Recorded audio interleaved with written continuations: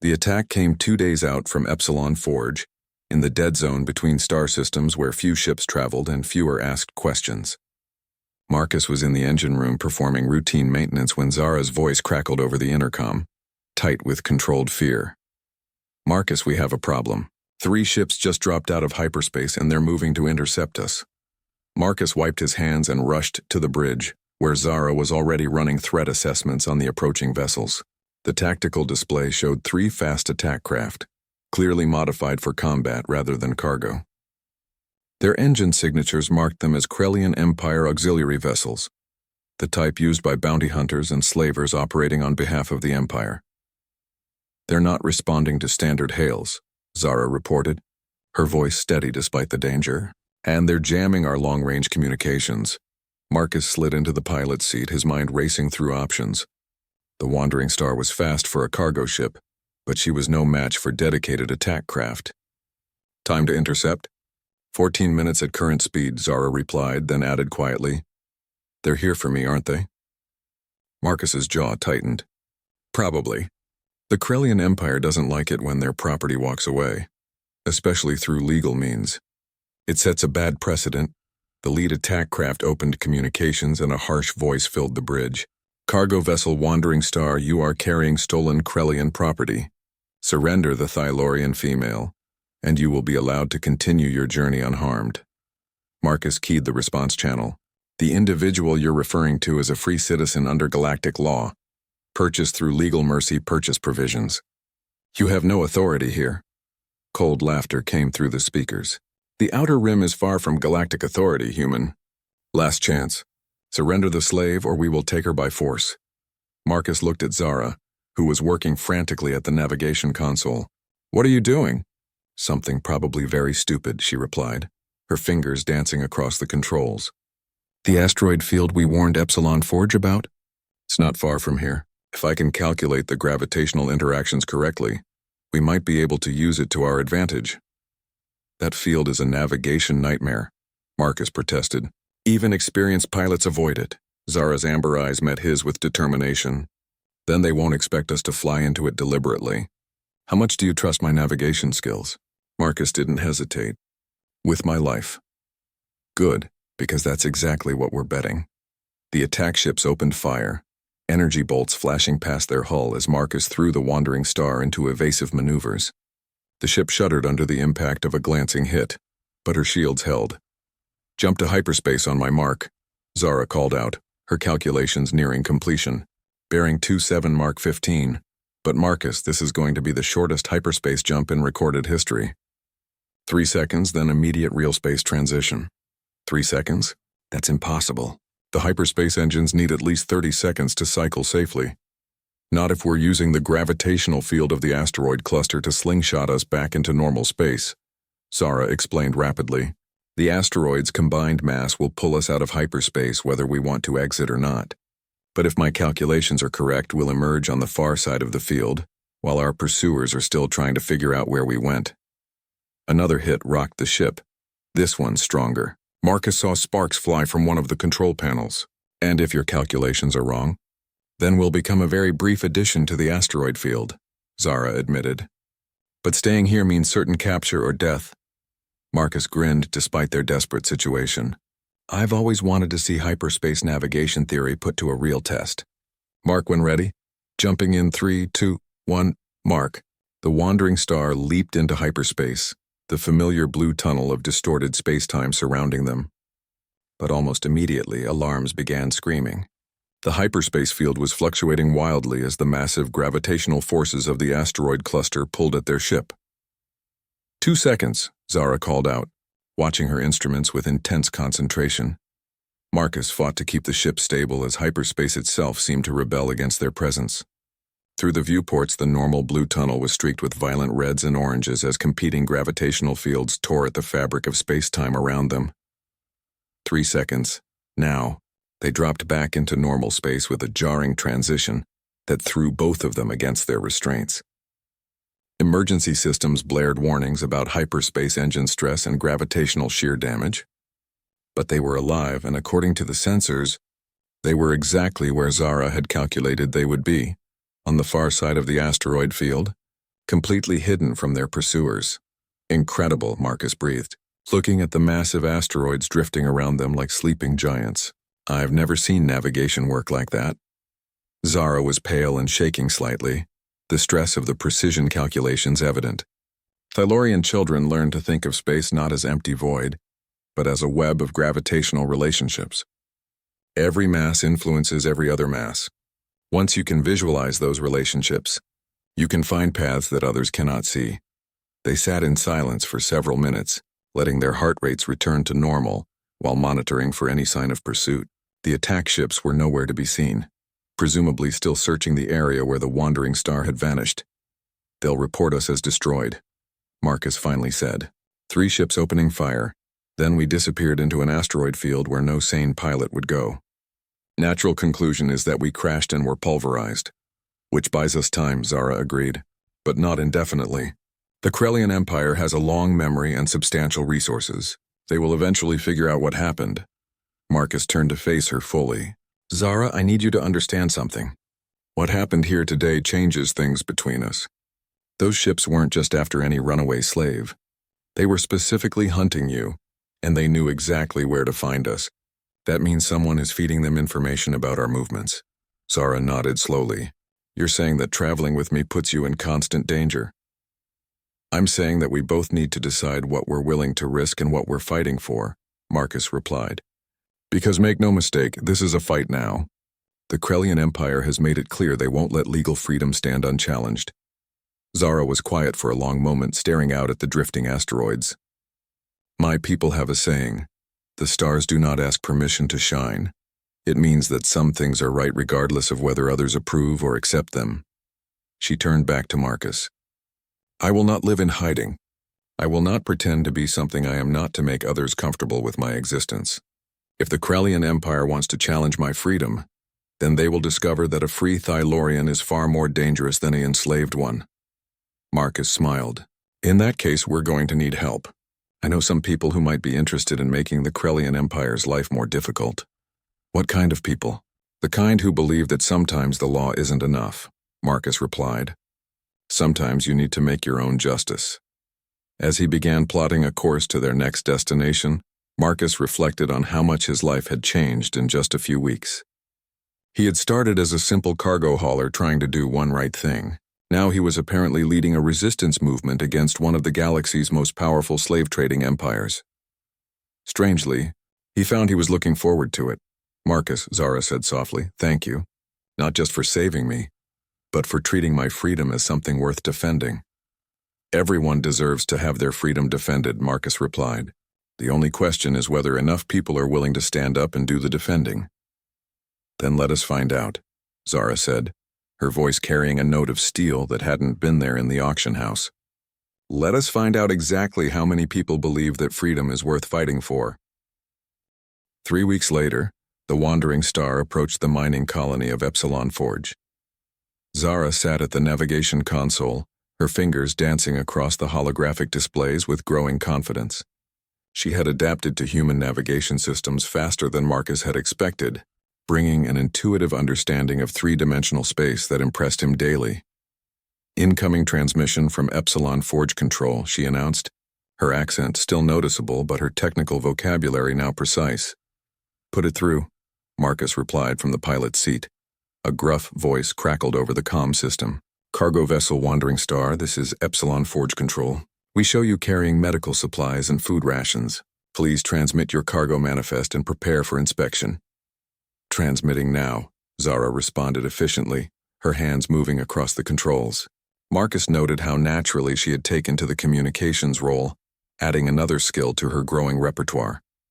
As they docked at the station, Marcus couldn't help but notice how much healthier Zara looked. 3 weeks of proper nutrition and rest had restored color to her violet skin and brightness to her amber eyes. More importantly, she moved with confidence now, no longer the frightened being he had purchased at the auction.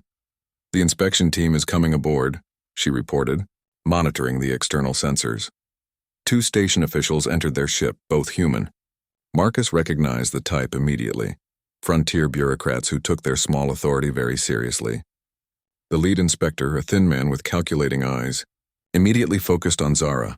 Registration papers for your crew member, he demanded curtly. Marcus handed over the documents, including Zara's freedom papers. The inspector studied them with obvious suspicion. Thylorian purchased under Mercy Purchase Provision. Unusual, but entirely legal, Marcus replied calmly. The second inspector, younger and clearly trying to impress his superior, stepped closer to Zara. Mercy Purchase doesn't grant citizenship. She's still technically an alien refugee. There are restrictions on what work she can perform. Zara tensed slightly, but Marcus placed a reassuring hand on her shoulder. She's my navigation specialist and communications officer. Both positions are entirely within legal parameters for refugees under Galactic Employment Code 2847. The lead inspector wasn't satisfied. We'll need to verify her technical qualifications. Thylorians aren't known for their aptitude with human technology. What happened next surprised everyone, including Marcus. Zara stepped forward, her posture straight and confident. Inspector, I understand your concerns about verification. May I demonstrate my qualifications? Without waiting for permission, she moved to the navigation console. Her fingers flew across the controls, bringing up a three-dimensional display of the Epsilon Forge system. Your station's current orbital mechanics show a degradation pattern that will require correction within the next 47 days, or you'll drift into the asteroid field's gravitational influence. The younger inspector scoffed. That's impossible. Our orbital engineers just completed a full analysis last month. Zara's expression remained calm. Your engineers used standard computational models that work well for most situations. However, they failed to account for the gravitational resonance created by the triple asteroid system in this sector. May I show you?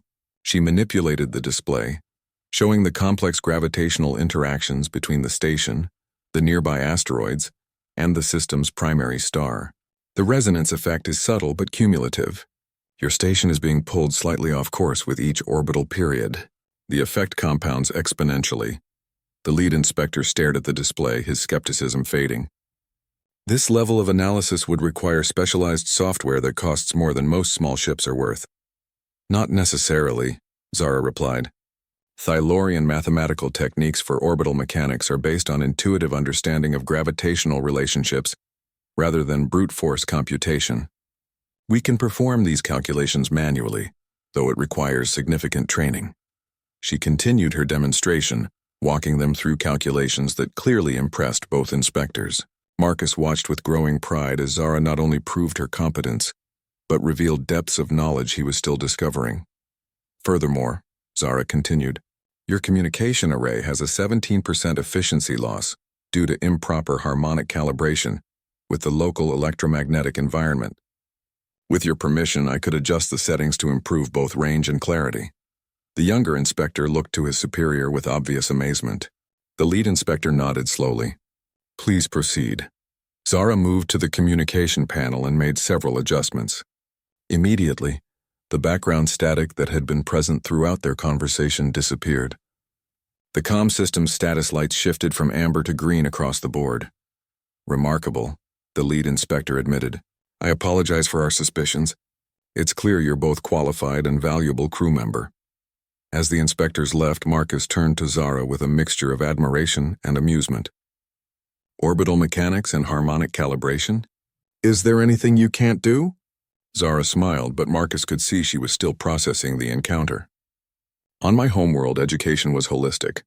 We learned to see connections between different fields of knowledge. Mathematics, physics, astronomy, even philosophy. They were all part of understanding our place in the universe. And that's exactly the kind of thinking that makes you invaluable out here, Marcus said. The Outer Rim doesn't need specialists who only know one thing.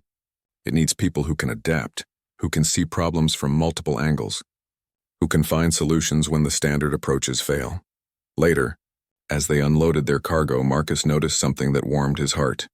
Zara was chatting easily with the station workers, offering suggestions for improving their loading procedures and even helping solve a technical problem with their cargo scanners. She wasn't just adapting to freedom, she was thriving. That evening, as they sat in the station's small cantina sharing a meal, Zara brought up something that had been on her mind. Marcus, I've been thinking about what the inspector said, about citizenship and legal status. As long as I remain a refugee, there will always be questions, always be suspicions. Marcus nodded. Galactic citizenship is expensive and bureaucratic, but not impossible. It takes time and documentation, though. I want to pursue it, Zara said firmly. Not just for the legal protections, but because I want to belong somewhere again. When my people were enslaved and scattered, I lost more than my freedom. I lost my identity, my place in the universe. She paused, looking around the cantina at the mix of species sharing food and conversation, but watching how you treat everyone with respect, seeing how people respond when they're shown dignity rather than suspicion. It gives me hope that identity isn't just about where you come from. It can also be about what you choose to stand for. Marcus raised his drink in a small toast, to choosing what we stand for then, and to finding home in unexpected places. Zara clinked her glass against his, and to the courage to help strangers find their way home. As they finished their meal, neither of them noticed the figure watching them from across the cantina. The man had the look of someone who worked in less legitimate enterprises, and he had been listening to their conversation with obvious interest. When Marcus and Zara left to return to their ship, he activated a secure communication device. "Yeah, it's them," he said quietly. "The human who invoked Mercy Purchase and the Thylorian female. They're here at Epsilon Forge, and word is they're planning to apply for her citizenship." The voice on the other end was cold and mechanical. "Understood. The Krellian Empire has placed a substantial bounty on any Thylorian refugees, particularly those who have gained their freedom through legal means. Such examples are considered dangerous to the stability of their slave trade operations. What are your instructions? Watch and wait. When they leave the station, follow them. The Outer Rim has many dangers. Accidents happen frequently." The man smiled grimly. "Understood. They won't make it to the citizenship office." The walk through the crowded spaceport felt like a dream to Zara. For the first time in months, she moved without chains, without guards shoving her forward. Marcus walked beside her, not ahead like a master would, but as an equal. She kept glancing at him, trying to understand what kind of person would sacrifice everything for a stranger. "You're staring," Marcus said with a slight smile. His eyes focused on the path ahead as they navigated through the bustling crowd of traders, smugglers, and travelers. "I apologize," Zara said quickly, dropping her gaze. "I just cannot comprehend your actions. Where I come from, such selflessness is taught as an ideal, but rarely practiced when it demands real sacrifice." Marcus stopped walking and turned to face her. Around them, the spaceport continued its chaotic dance of commerce and travel. "Look at me," he said gently. When she raised her amber eyes to meet his, he continued, "You don't need to apologize for existing or for being curious. You're free now. That means you get to ask questions, make choices, and yes, even stare if you want to." Zara felt something she hadn't experienced in months. Hope. But with it came uncertainty. What happens now? I have no credits, no ship, no way to contact what remains of my people. I am grateful beyond words, but I fear I have simply traded one form of dependence for another. "That's where you're wrong," Marcus replied, resuming their walk toward his small cargo ship. "The Wandering Star. Freedom means you choose your own path. I bought your freedom, not your loyalty. If you want to leave, I'll help you find passage somewhere safe. If you want to stay and work together, we can discuss that too. But the choice is entirely yours." As they approached his ship, Zara could see it was well maintained but clearly old. The hull bore scars from asteroid impacts and cosmic radiation. This was a working ship, not a luxury vessel. Marcus obviously wasn't wealthy, which made his sacrifice even more meaningful. "This is home," Marcus said, pressing his palm to the biometric scanner. The airlock hissed open with a satisfying sound. "It's not much, but it's honest work. I run supplies to the Outer Rim mining colonies and occasionally take on salvage contracts." Inside, the ship was cramped but clean. Every surface showed signs of careful maintenance and practical use. Zara noticed something that surprised her. Books. Real, physical books lined one wall of the small living area. In an age of digital storage, paper books were a luxury most spacers couldn't afford. "You read physical books," she observed, running her fingers along the spines. Many were in languages she didn't recognize, but she spotted several technical manuals and what appeared to be philosophy texts. "Old habit," Marcus said, moving to the galley to prepare some food. "My grandmother always said that reading from actual pages helped you remember better. Turns out she was right. Plus, books don't need power or network access. They just exist." Zara pulled out a volume titled Meditations on Universal Ethics by someone named Dr. Sarah Kim. As she flipped through the pages, she found handwritten notes in the margins. Comments, questions, arguments with the text. This wasn't just a collection. It was a conversation between reader and author spanning years. "You're a philosopher," she said with genuine surprise. Marcus laughed, but not unkindly. "I'm a cargo hauler with too much time to think during long space flights. But I suppose reading philosophy does help when you're trying to figure out right from wrong in a galaxy that seems pretty fond of wrong." He brought her a meal that was simple but nourishing. Protein bars, reconstituted vegetables, and clean water. After months of slave rations, it tasted like the finest feast. "What was your profession before?" Marcus asked as they sat across from each other at the small table. "I was an educator," Zara replied, savoring each bite. "I taught young Thylorians about astronomy and navigation. My people believed that understanding the stars would help us find our place in the universe." Her voice grew sad. "Now there are so few of us left, scattered across the galaxy as slaves or refugees." Marcus nodded thoughtfully. "Navigation, you said? That's actually something I could use help with.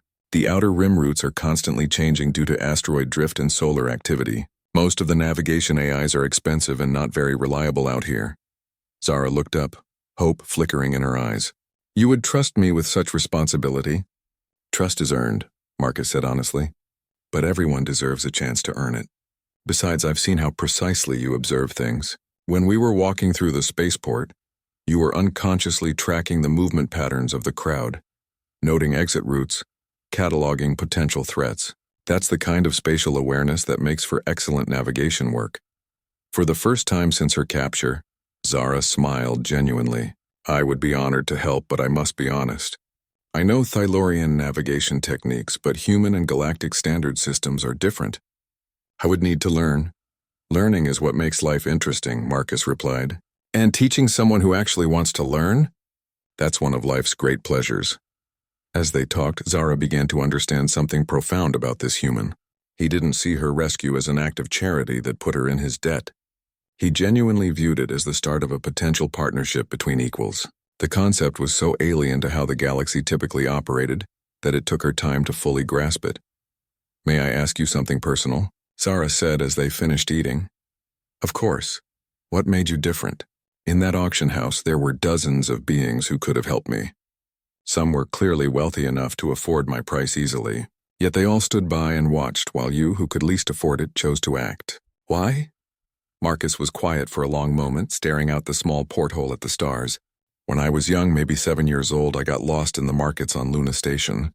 I was scared, crying, didn't know how to get back to my parents. A Centauri merchant found me. His people and humans weren't exactly friends at the time. Lots of political tension, trade disputes, that sort of thing. But he didn't care about any of that. He saw a lost child and helped me find my way home." He paused, the memory clearly still powerful after all these years. "He didn't speak much standard, and I didn't know any Centauri. But kindness doesn't need translation. He stayed with me for 3 hours, asking everyone he could find if they'd seen my parents, buying me food when I got hungry, making sure I was safe. When we finally found my family, he just smiled, patted my head, and walked away. Never even told us his name. That single act of kindness from a stranger changed how I see the universe," Marcus continued. "It taught me that the artificial boundaries we create between species, between rich and poor, between us and them, they're just that. Artificial. Under all the politics and prejudice and fear, we're all just beings trying to make our way through existence. Sometimes we get lost and need help finding our way home." Zara felt tears forming again. But these were different from the desperate tears of the auction block. These were tears of recognition, of finding something she had thought was lost forever. Genuine goodness in an often cruel universe. "Your Centauri merchant would be proud," she said softly. "The kindness he showed you has rippled forward across space and time to reach me. Perhaps that is how the universe maintains its balance. One act of compassion inspiring another, creating an endless chain of hope." Marcus smiled. "Maybe so. And maybe that chain doesn't end with us." The slave auction block reeked of desperation and broken dreams. Zara pressed her back against the cold metal wall, her violet skin pale from months of malnutrition. The chains around her wrists had rubbed raw wounds that never properly healed. Around her, dozens of other unfortunate souls waited their turn to be sold like livestock. The Krellian Empire had a simple philosophy about conquered species. The strong became soldiers, the smart became servants, and everyone else went to the mines. Zara's people, the Thylorians, had made the mistake of refusing to surrender their homeworld's rare crystals. Now their entire civilization existed only in history books and slave markets. Marcus Chen stood at the back of the crowded auction house, his weathered hands clenched into fists. As a human mining foreman on the outer rim planet of Kepler 442b, he had seen plenty of injustice. But something about the way the young alien woman held herself with dignity despite her circumstances struck him deeply. Her people were known for their intelligence and peaceful nature. Seeing her reduced to this made his stomach turn. The auctioneer, a bloated hut-like creature called Vexus, slithered onto the platform. His multiple eyes gleamed with greed as he surveyed the crowd of buyers. Mining corporations, private collectors, and worse had gathered here with their credits ready. Next we have a fine Thylorian female, Vexus announced in his gravelly voice. Perfect for detailed work in the crystal mines. Notice the natural resistance to radiation and the steady hands. Bidding starts at 50 credits. Zara was dragged forward by 2 guards. She stumbled but quickly regained her footing, refusing to show weakness.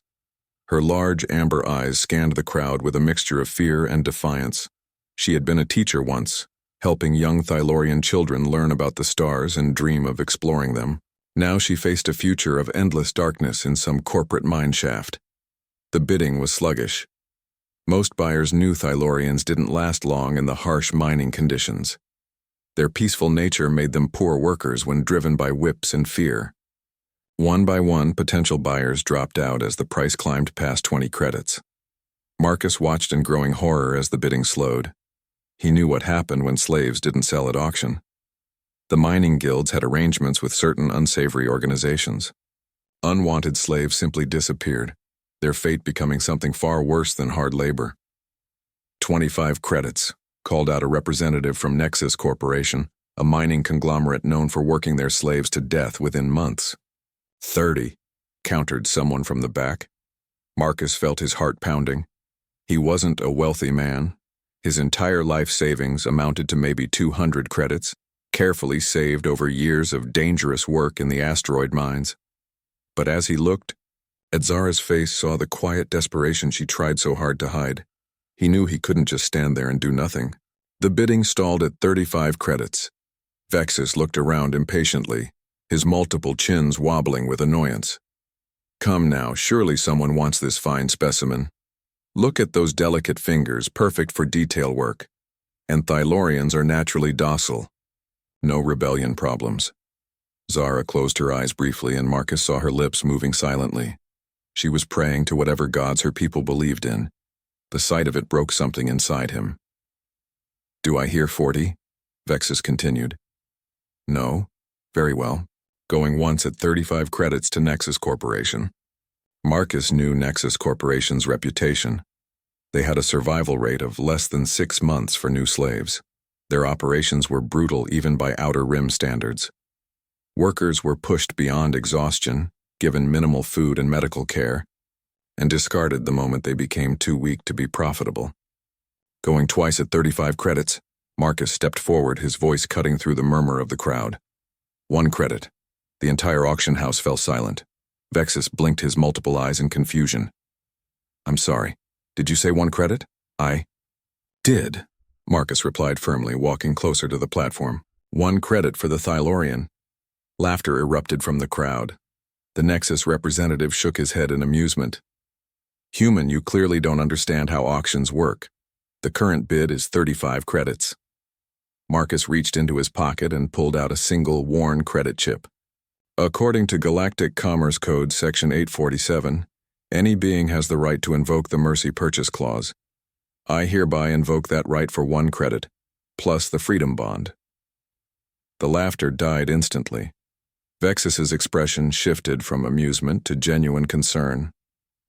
The Mercy Purchase was an ancient law, rarely invoked and even more rarely honored. It allowed any sentient being to purchase another's freedom for the symbolic price of 1 credit, provided they could also post a freedom bond equal to 10 times the current bid. The freedom bond would be 350 credits, Vexus said slowly, clearly hoping the human couldn't afford it. Marcus pulled out his personal credit account tablet. His hands shook slightly as he transferred nearly everything he owned. 351 credits.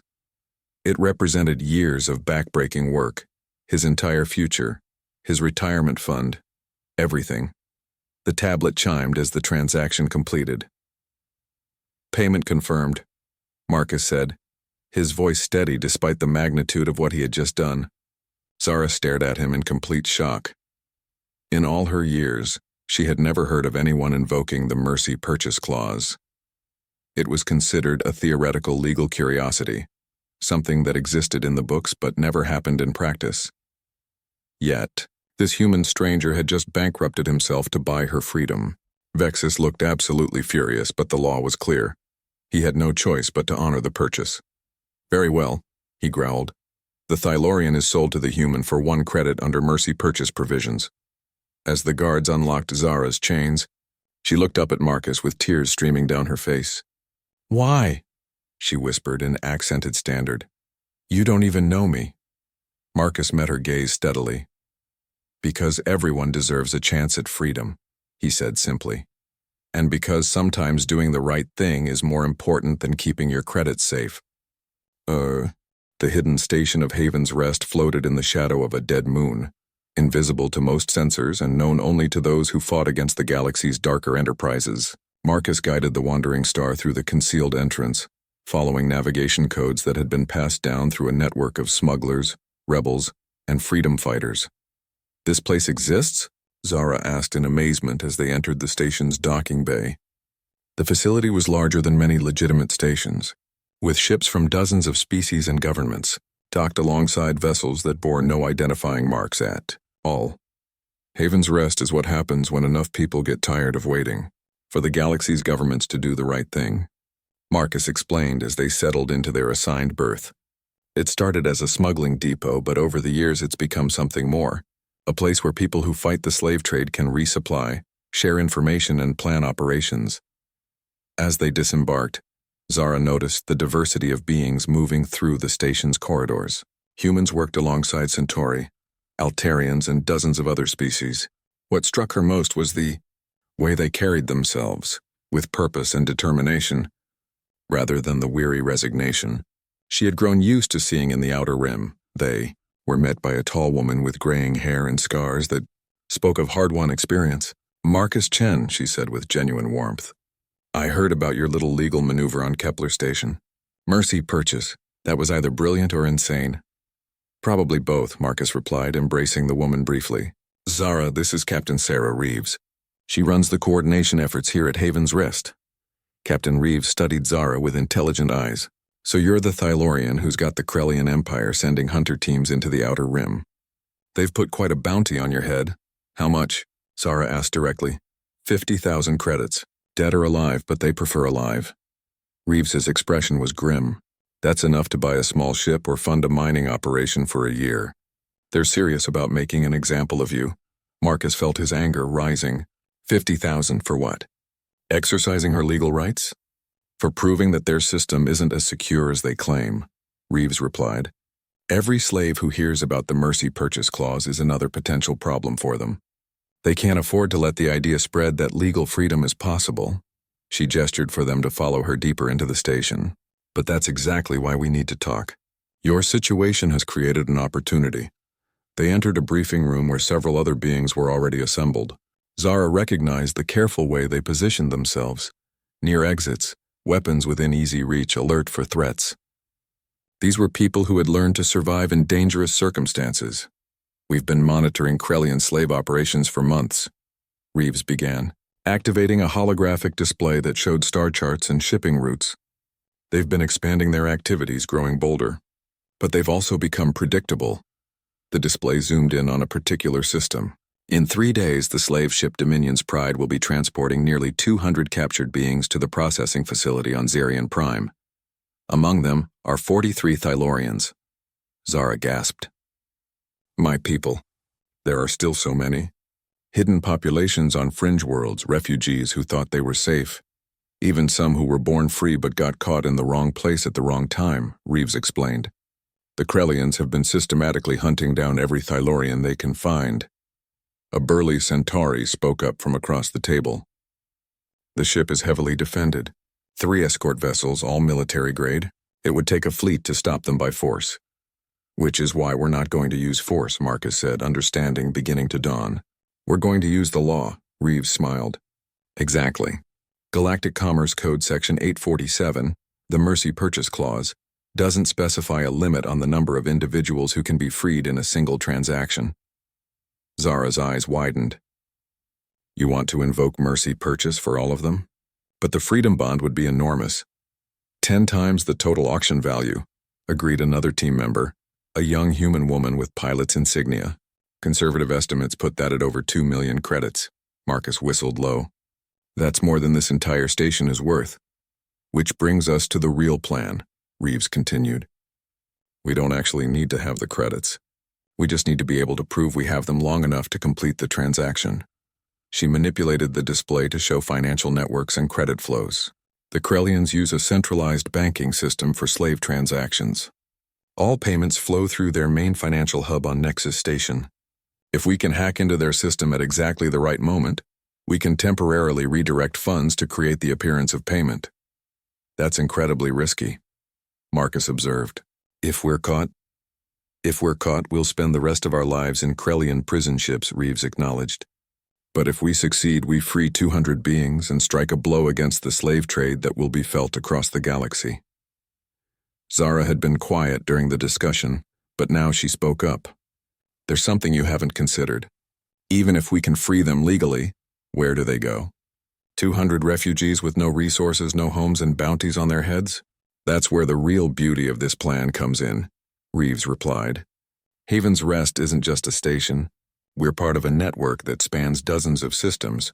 We have safe houses, job placement programs, even legal assistance for citizenship applications. We can help them disappear into legitimate lives across the galaxy. Marcus looked around the room at the determined faces. This isn't just about freeing slaves. You're trying to build an entire underground railroad. We're trying to prove that the galaxy doesn't have to accept slavery as inevitable, Reeves corrected. 1 freed being at a time, 1 legal challenge at a time, 1 operation at a time. Zara stood up suddenly, moving to the holographic display. Show me the ship's route again. Her fingers traced the projected path through space. They're taking the Kepler passage through the neutral zone. That's Thylorian space, or was before the conquest. So? The Centauri asked. So I know those systems better than any Krellian navigator, Zara replied, her voice growing stronger. I know the gravitational anomalies, the sensor shadows, the places where a ship can hide or where communications get disrupted. If we're going to do this, we need every advantage we can get. Marcus felt a surge of pride watching Zara step into a leadership role. The frightened being he had purchased at auction was gone, replaced by someone who was ready to fight for her people's freedom. There's one more thing, Zara continued. If we're going to invoke Mercy Purchase for 43 Thylorians, it should be a Thylorian who does it. My people need to see that we can save ourselves, that we're not just victims waiting for others to rescue us. Reeves nodded approvingly. That actually makes the legal case stronger. Cultural precedent and all that. But are you prepared for what happens next? After this operation, you'll be the most wanted being in Krellian space. Zara's amber eyes hardened with resolve. Captain Reeves, I was already living on borrowed time. The Krellians were never going to let me remain free. At least this way, when they finally catch up with me, I'll have made my freedom count for something. Marcus reached out and squeezed her hand. They'll have to catch both of us. This is our fight now. Our fight, Zara agreed. But first we need to pull off the most audacious legal maneuver in galactic history. As the planning session continued deep into the station's night cycle, none of them noticed the small probe that had attached itself to the wandering star's hull during their journey through the asteroid field. The device had been transmitting their location continuously, and now it had something even more valuable to report. The exact details of an operation that could cripple the Krellian Empire's slave trade forever. 3 systems away, a Krellian intelligence operative smiled coldly as he reviewed the intercepted transmissions. Let them come, he murmured. We'll be ready. The trap was perfectly laid. As the Wandering Star and 3 other ships from Haven's Rest approached the coordinates where they expected to intercept the slave transport Dominion's Pride, they found themselves facing not one ship, but an entire Krellian battle group.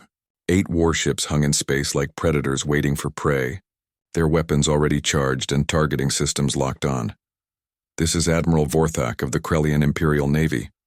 A harsh voice crackled over the communications. You are surrounded and outgunned. Surrender immediately, and some of you may survive. Marcus stared at the tactical display in disbelief. How did they know? We used encrypted communications randomized approach vectors. Zara's hands flew over the sensor controls, analyzing the enemy formation. It doesn't matter how they knew, she said with grim determination. What matters is that the Dominion's Pride is still out there with 200 beings in its cargo hold. We can't abandon them. Captain Reeves's voice came through the comm system from her ship, the Liberty's Edge. Marcus, Zara, get out of here. This was always a possibility. The rest of us will buy you time to escape. No, Zara replied firmly, keying her own transmission. We're not running and we're not abandoning this mission. But we are changing the plan. She turned to Marcus with a look of fierce determination. Remember what I told you about Thylorian navigation techniques? About seeing space as a web of gravitational relationships? Marcus nodded, though he wasn't sure where she was going with this. The Krellians positioned their ships to block all the normal escape routes, Zara continued, her fingers dancing across the navigation controls. But they're thinking like military strategists, not like mathematicians. They've created a perfect cage, but every cage has weak points where the bars connect. The enemy formation began moving to surround the small rebel fleet. Admiral Vorthak's voice came again, this time with obvious impatience. You have 30 seconds to surrender before we open fire. Zara opened a channel to all the rebel ships. All vessels, this is Zara of the Wandering Star. I'm transmitting new navigation coordinates. When I give the signal, jump to hyperspace on these exact headings. Do not deviate by even a fraction of a degree. Zara, those coordinates will take us directly through the Krellian formation, protested one of the pilots. That's suicide. No, Zara replied, her voice calm despite the approaching danger. That's physics. She turned to Marcus. Remember the asteroid field? I'm going to do the same thing, but instead of using asteroids, I'm going to use the Krellian ships themselves. Marcus's eyes widened as he understood. You're going to use their own gravity wells to redirect our hyperspace jumps. Exactly. Their ships are massive, and they're positioned in a perfect geometric pattern. If we jump at precisely the right moment and angle, their combined gravitational fields will slingshot us past them and directly to the Dominion's Pride. The 30 seconds were up. Energy beams began lancing through space as the Krellian ships opened fire. The first shots were warning shots, but Marcus could see the weapons charging for full power. All ships execute jump on my mark, Zara called out. 3, 2, 1, mark. 4 ships simultaneously leaped into hyperspace, following trajectories that should have resulted in immediate collision with the Krellian battle group. But as they entered the hyperspace tunnel, the massive gravitational fields of the enemy ships grabbed hold of their hyperspace bubbles and flung them in a completely different direction. The effect was like being shot from a slingshot. The rebel ships emerged from hyperspace 3 systems away, exactly where Zara had calculated they would, directly alongside the slave transport Dominion's Pride and its 3 escort vessels. The Krellian escorts were caught completely off guard. They had been expecting their prey to be captured or destroyed by the battle group, not to suddenly appear behind them. In the crucial seconds it took for them to react, Marcus was already hailing the slave transport. Krellian vessel Dominion's Pride, this is the free ship Wandering Star. Under Galactic Commerce Code Section 847, I hereby invoke the Mercy Purchase Clause for all sentient beings currently held aboard your vessel. Captain Reeves's voice joined the transmission from her ship. This is Captain Sarah Reeves of the Galactic Freedom Coalition. We are prepared to transfer payment of 50 million credits for the immediate release of all prisoners. The response from the slave ship was immediate and profane. You're insane if you think we'll fall for some legal trick. Escorts, destroy these terrorists. But Zara was already implementing the second part of her plan. Marcus, transmit the legal documents to their ship's computer. Krellian law requires them to review any mercy purchase claim even if they plan to reject it. What good will that do? It will give our hacker team the access they need. Zara replied with a slight smile. Back at Haven's Rest, a team of expert computer specialists had been waiting for this moment. The instant the legal documents made contact with the Dominion's Pride's computer system, they used the connection to hack into the ship's databases. Within seconds, they had complete access to the ship's systems. Emergency alarms began blaring aboard the slave transport as their engines shut down. Their weapons went offline, and their containment fields failed. Most importantly, the locks on the prisoner holds disengaged. Attention beings aboard the Dominion's Pride, Zara broadcast on all frequencies. You are now free under galactic law. Proceed to the escape pods and prepare for rescue. The Krellian captain's voice crackled with fury. This is piracy. You have no authority here. Actually, we do, Captain Reeves replied calmly. Article 23 of the Galactic Charter states that any being held in unlawful captivity has the right to resist their captors and accept assistance from any source. Since slavery is illegal under galactic law, their captivity is by definition unlawful. The 3 escort ships finally responded, opening fire on the rebel vessels. But Marcus and his team had one more surprise prepared.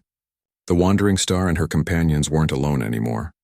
12 ships dropped out of hyperspace around the Krellian escorts. Vessels from half a dozen different species and governments, all responding to a carefully coordinated call for assistance. The message had been simple. Slavers are operating in violation of galactic law. Assistance requested. The Krellian escorts found themselves facing overwhelming odds. After a brief exchange of fire, they withdrew, leaving the slave transport dead in space and defenseless. Over the next 2 hours, nearly 200 beings were transferred from the prisoner holds to the rescue ships. Humans, Altarians, Centauri, and dozens of other species. But the group that meant the most to Zara was the 43 Thylorians who emerged blinking into freedom. Among them was an elderly Thylorian woman who immediately approached Zara when she learned what had happened. Child, she said in their native language, you have done something extraordinary today, not just in freeing us but in showing the galaxy that we Thylorians are not merely victims to be pitied. We are survivors, Zara replied in the same language, and survivors help each other. As the rescued beings were distributed among the various ships for transport to safety, Marcus found himself standing beside Zara, watching the operation with satisfaction.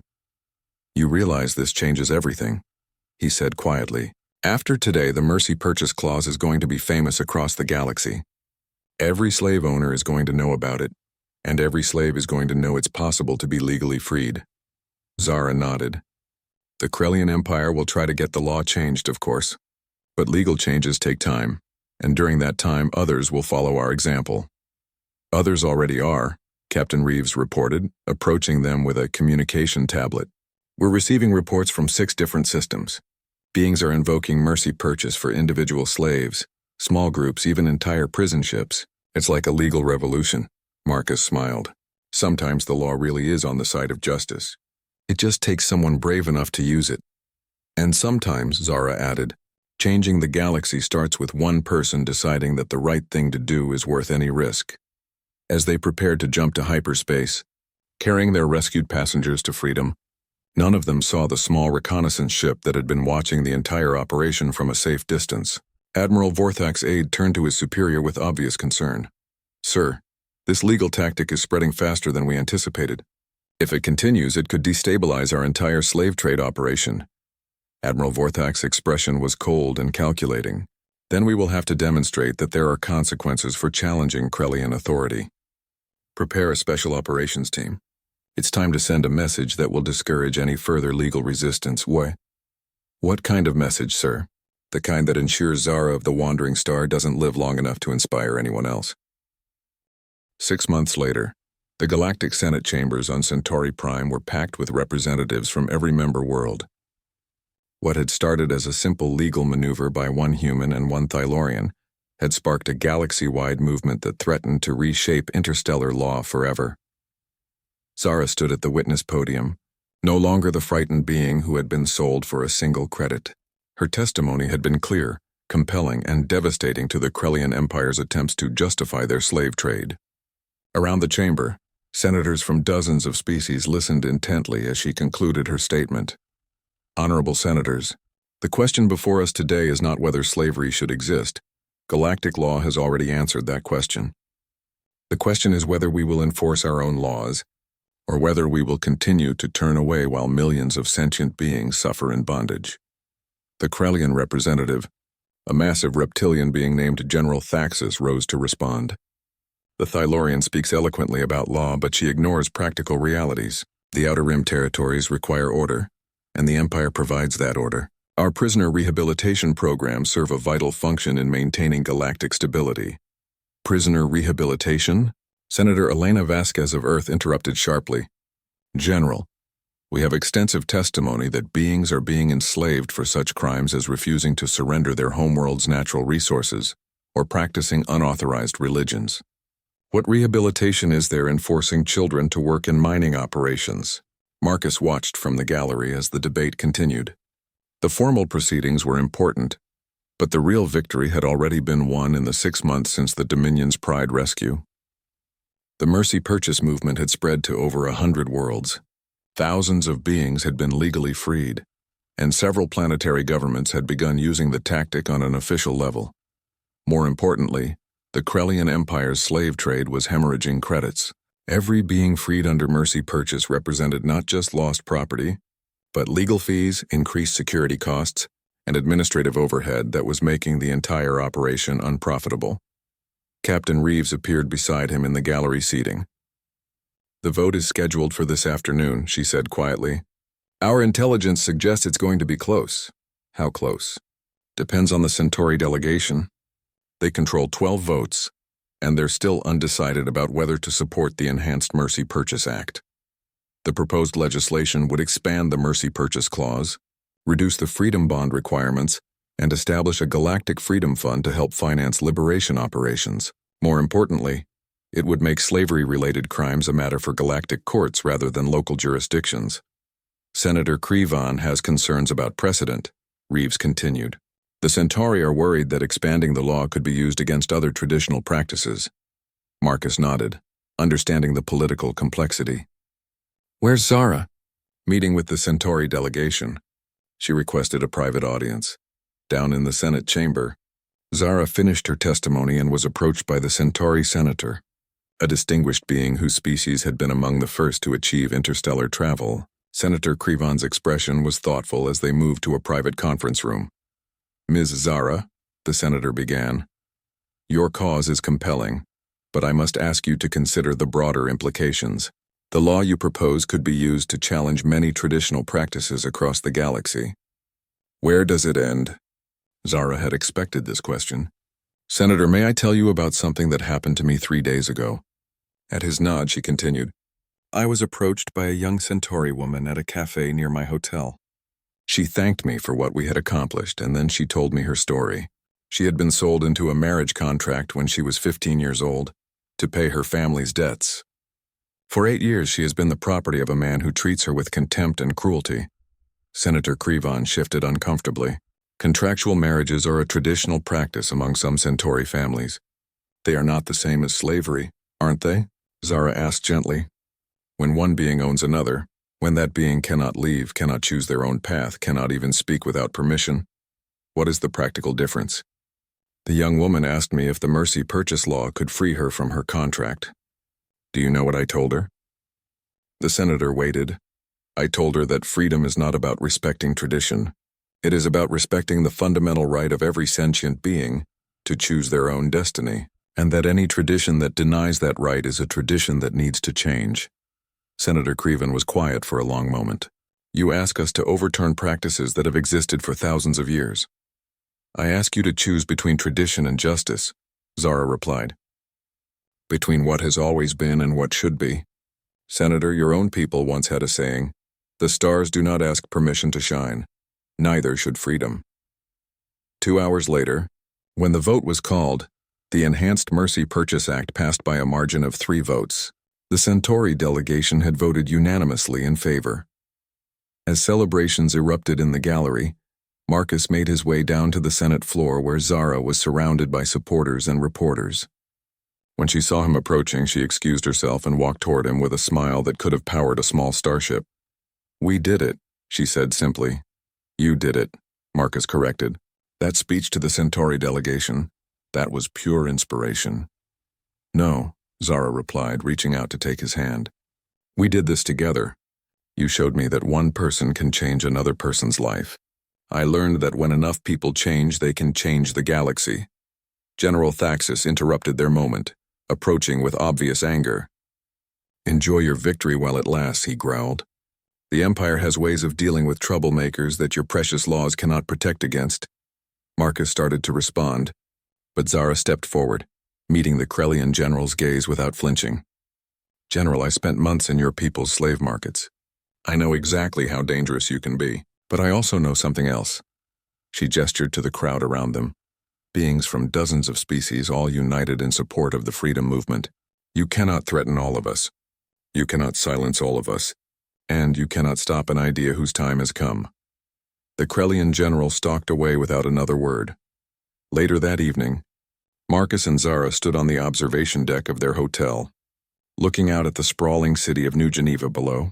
Ships from across the galaxy filled the sky, their lights creating a tapestry of interstellar civilization.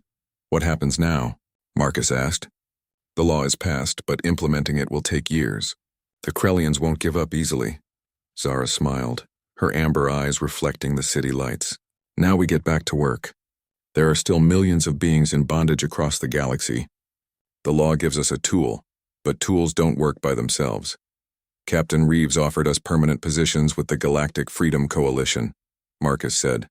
Official coordinators for liberation operations. And what did you tell her? Marcus grinned.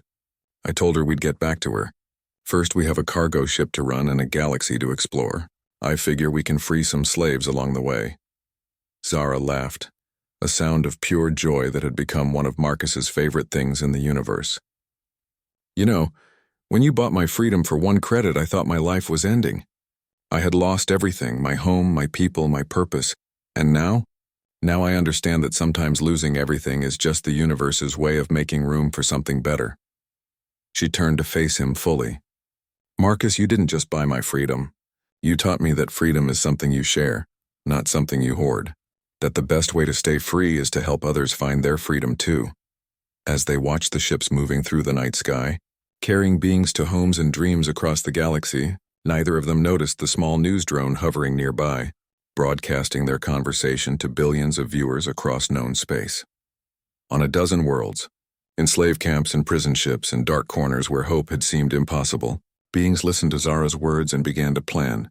The galaxy was changing one freed soul at a time, and nothing the Krellian Empire or any other oppressor could do would stop it. The age of legal liberation had begun, sparked by one human's decision to do the right thing regardless of the cost, and one Thylorian's refusal to let her freedom be wasted. Together, they had proved that sometimes the most powerful force in the universe is not a weapon or a fleet, but the simple belief that every being deserves to choose their own destiny. In the years that followed, the story of Marcus and Zara would be told on 1,000 worlds, inspiring countless others to stand up for justice and fight for freedom. But that night, they were simply 2 friends who had found their purpose in helping others find theirs, ready to continue their journey among the stars.